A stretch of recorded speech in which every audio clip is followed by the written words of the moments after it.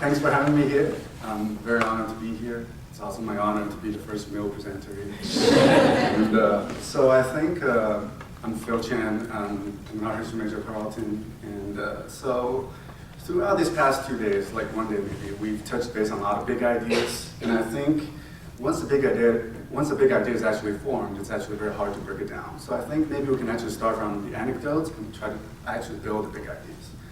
So my big word is actually enlightenment. It's a very big word for me, and I actually still do not know what it is. But I know enlightenment contains two parts, the non-academic parts and the academic parts. So actually my academic part comes after my non-academic part. So I was in Germany in 2005. I was not able to buy a piece of bread, and I was not happy with myself. I was like, all right, dude, I'm gonna come back in 2 years to speak German, and then we'll deal with this. And then 2007, I was an exchange student in Germany for a year. I was there mainly because I want to speak German. That's my big ideas at the moment. At that moment, I want to speak German, I want to make German friends, I want to learn about German culture. But I know from the deepest of my mind, I just really want to be playing Frisbee. I was a very, very dedicated Frisbee player, and that's why I probably go to Carleton. So when I first got there, nothing delighted me more than getting an email from the team captain saying, dude, you're accepted. I was like very excited. So throughout the year, I was following my coach, who's a national team member of the German national team.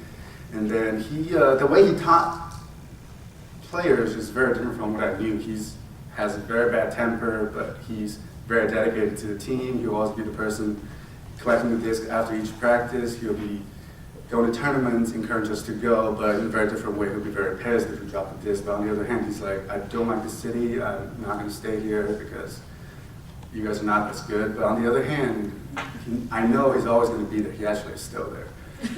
So my Frisbee passion faced a task.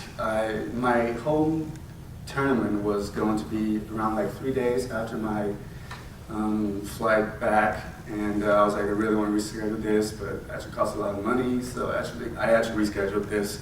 But another task came up. There were too many people on my team who wanted to play for my city, and eventually I decided to play for a different team who was going to come down from North Germany. It would be like an 8-hour, it would be like about an 8-hour drive, and they didn't have enough players. So my friends were like, are you serious? You're actually just going to abandon us like this? We thought you paid a lot of money just for this, but I was like, I really want the tournament to actually go well. And my captain gave me a very hard nod at that point, and I was very excited because I think the thing he taught me is not really to be very competitive at Frisbee. I think it's about being a leader on the field.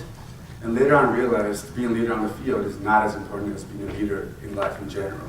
And I think actually, it doesn't matter to be a leader. It is okay to just be yourself and be humble, and a lot of these things, a lot of the small ideas instead of big ideas.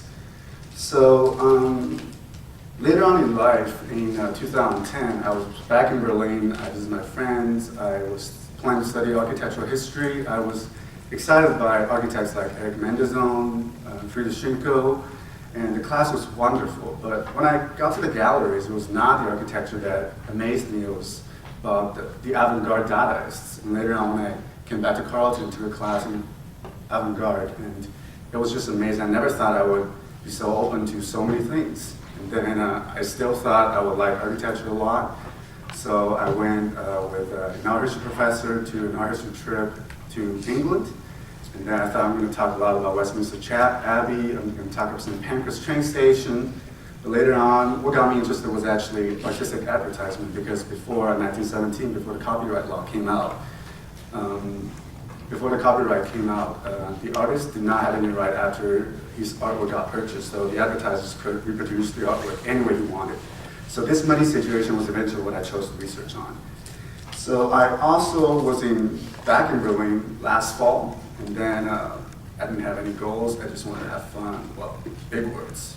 Make German friends, speak German better, be German culturally. But I know I just want to see my friends, I want to have a lot of fun.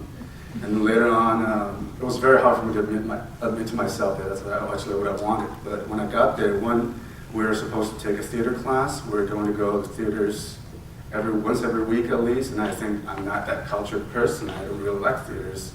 The language barrier is still there. I mean, I speak German, but I don't want to understand like German from like 200 years ago. But later on, it was how this word enlightenment actually came out. It was the German enlightenment that actually, for me, happened in Germany. It was just so wonderful that I spent countless nights in lots of German bars, talking to one of my best friends from Carleton, who were trying to examine Bertolt Brecht's epic theater. And then we were trying to isolate a lot of the elements from the theater, and eventually we played a lot of times in front of the class, and we had lots of videos, and I think it's not really the having fun part in German that actually got me there. It was actually enlightenment. So I'm trying to form this word enlightenment, but I think I'm doing a very bad job because I don't think this word can ever be formed. So I think the non-academic part of an off-campus study really broadened my mind, and that is how my academic part of the off-campus studies actually could be, in a way, successful. So I think an off-campus study program is, in a way, very similar to a liberal arts education. It's like you're trying to climb up a tree, you're on the trunk, and you see a lot of branches. It's the same thing. You came into college, have no idea what it is. As you're a freshman, you're a sophomore, you're a junior, and eventually you're a senior, your branches become more and more. And then, so it's like, it doesn't really matter which branch you actually eventually stick to, because whichever one you stick to, you're always going higher. You can only go higher. So I think, although the last day of an off-campus study program might be very sad, but I think it's the beginning of an enlightened life.